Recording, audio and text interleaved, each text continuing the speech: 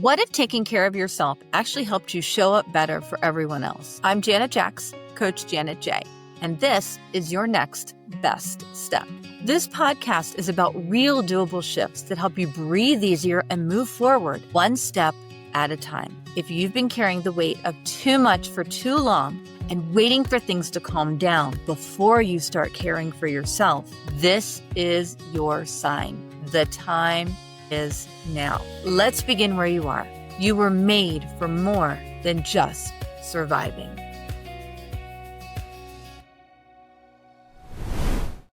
Welcome back. On Monday, we talked about choosing clarity over certainty. Today, I'm giving you the exact strategy that makes taking action ridiculously easy, so your brain won't even resist. But first, let me tell you about a friend who told me excitedly that she's starting a new wellness routine. Wake up at 4:15, meditate for 30 minutes, journal for 20, work out for an hour, make a green smoothie with 17 superfood ingredients, and then start her day. Wait, all this before showering?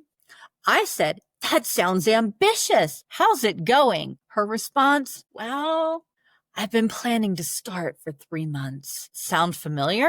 Here's what we're not talking about today. We're not going to discuss how lazy or unmotivated you are, because you're not. You're actually trying too hard. You are making change so big and overwhelming that your brain is literally protecting you from starting. Your brain has a threat detection system, your amygdala. Let's call it your inner security guard. When you announce, I'm changing everything, that guard goes on red alert. Can't you just see the red flashing lights and hear that buzzer sounding now? And that security guard shuts you down before you even begin. Jesus said in Luke 16:10, whoever is faithful in very little is also faithful in much. Notice he didn't mention anything about whoever does everything perfectly from day one. I learned this deeply during my cancer journey. I wanted to do everything just right, trying to sleep enough, eat perfectly, and stay positive all day long. But some days I could barely get out of bed. That's when God showed me the power of tiny faithfulness. I did my best to be in bed by 9 p.m., veggies with each meal, and one word of thanks every day. These weren't cop-outs. They were acts of faith. Here's what Stanford researcher B.J. Fogg discovered. Tiny habits, what I had called micro habits, create neural pathways 3 times faster than big changes. 3 times faster. Why?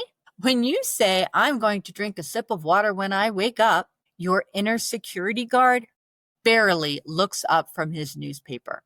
There's no threat. That tiny action, it releases the same dopamine hit as a big win.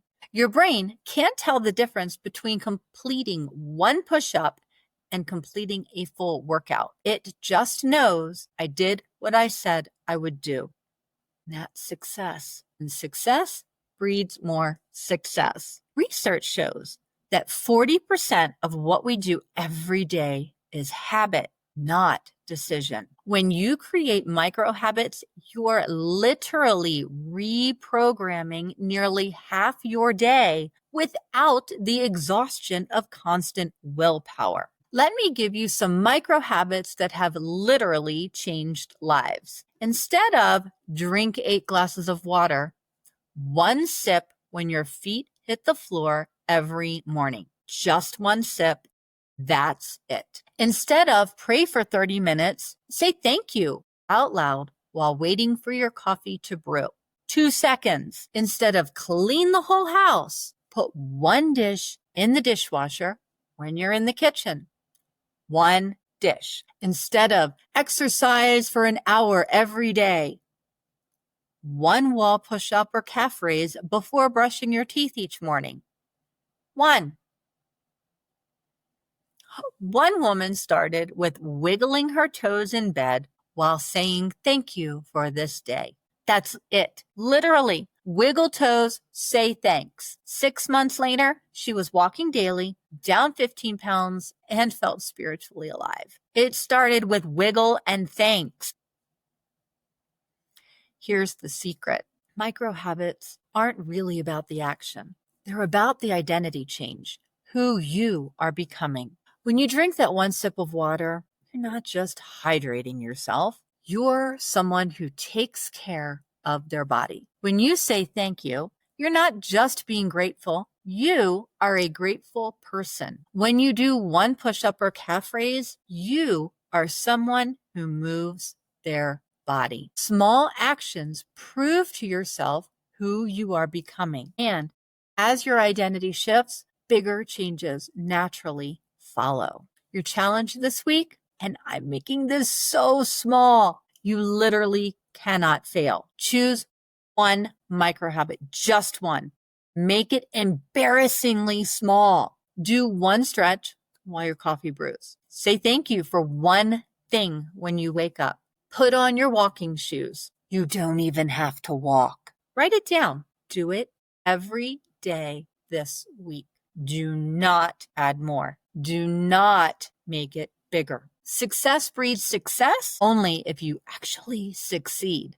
The 5-minute daily reset at yournextbeststep.com includes a find your focus section that makes this ridiculously easy. Friday, we're talking about why your body is actually a temple and not a project, and how that one perspective shift can change everything about wellness. We'll explore the 4 pillars of health and learn a simple practice for tuning in to what your body actually needs.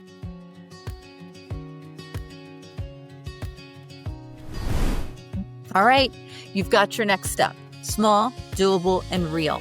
If this inspired you, make sure to grab your free 5-minute daily reset at yournextbeststep.com. It's my gift to help you pause the chaos and reconnect with what matters most. Be sure to subscribe. And if someone came to mind while you listened, please share this with them. Remember, you are seen, you are known, and you matter. Be kind to yourself along the way. You are making real change, one step at a time.